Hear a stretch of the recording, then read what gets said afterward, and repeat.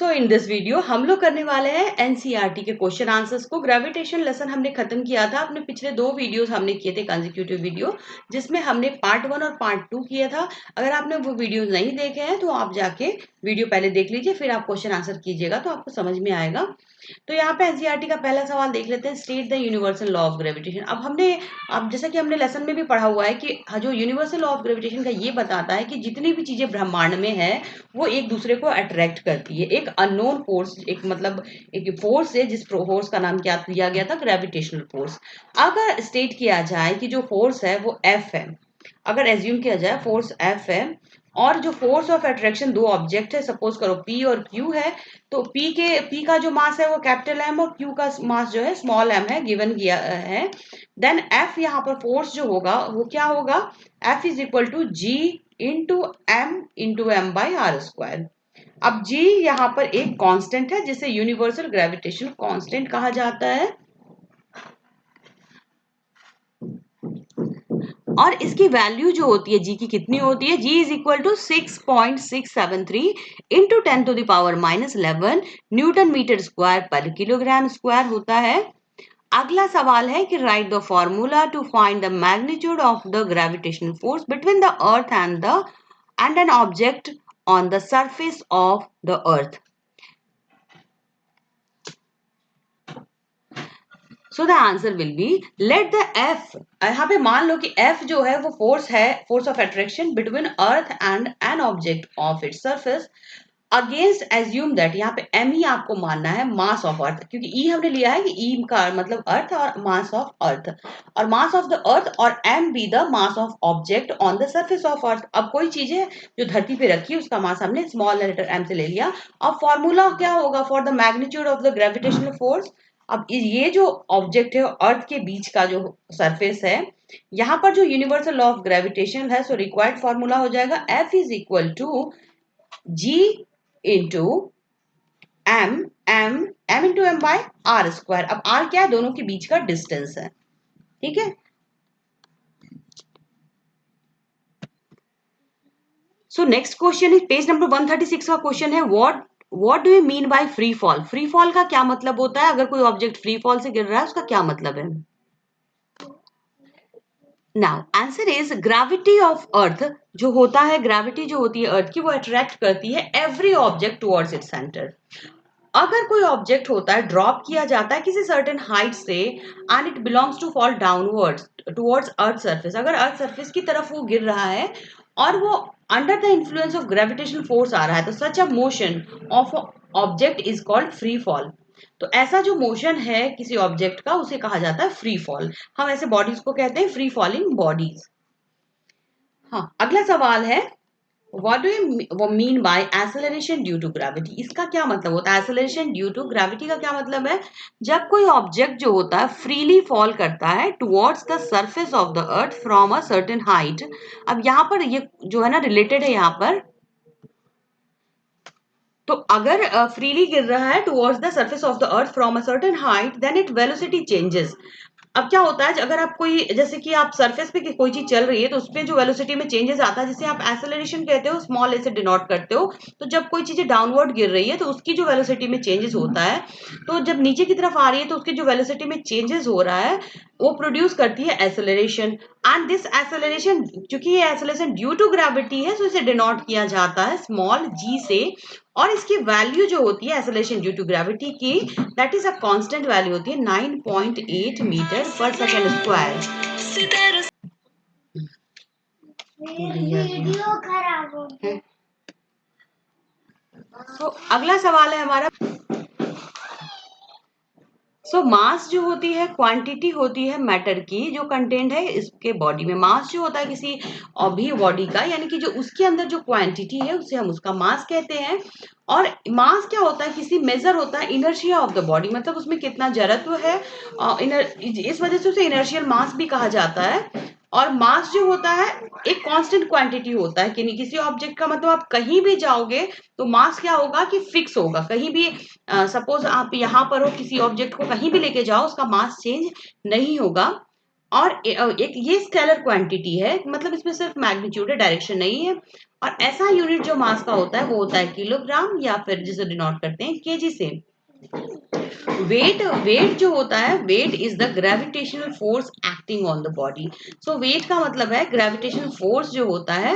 तो अब वेट निकालने के लिए मास और उसमें ग्रेविटेशनल फोर्स एक्ट हो जाता है उसके ऊपर, यानी W इक्वल टू mg के इक्वल होता है, मतलब मास ऑफ द बॉडी और प्लस ग्रेविटेशनल फोर्स जितना लग रहा है उसके ऊपर।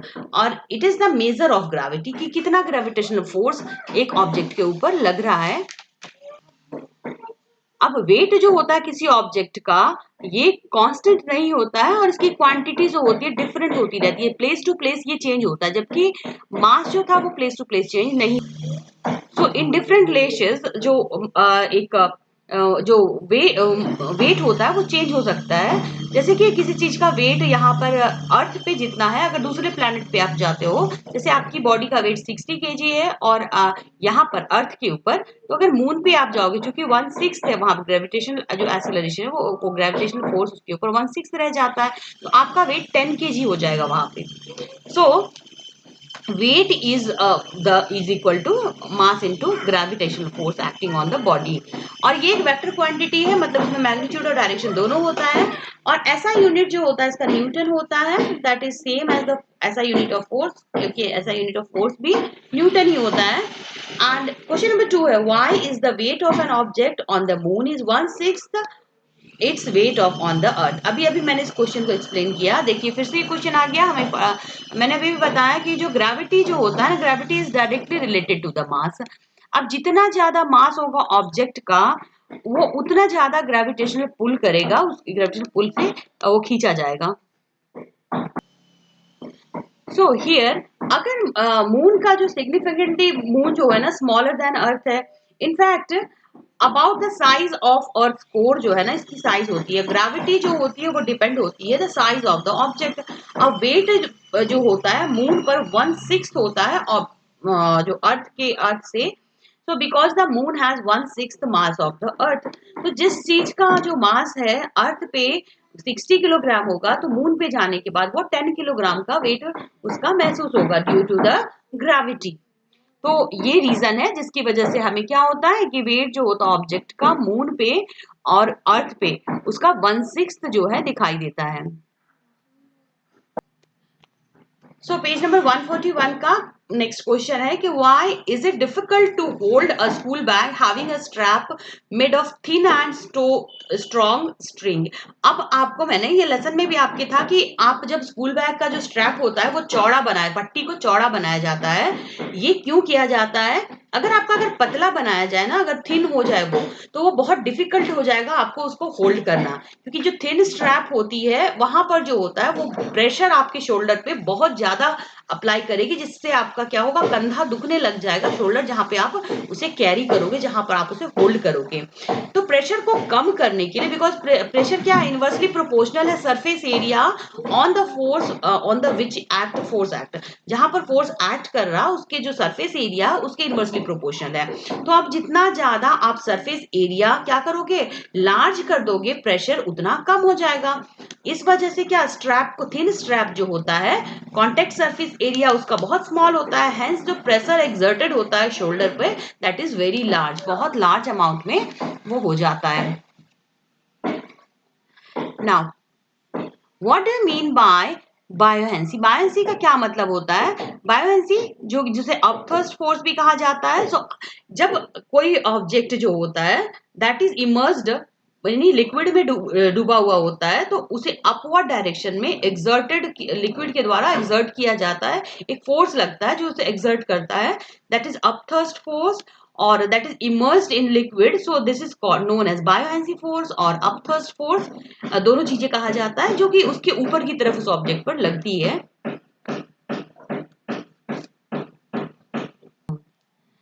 नेक्स्ट क्वेश्चन है क्वेश्चन नंबर 3 कि why does an object float or sink when placed on the surface?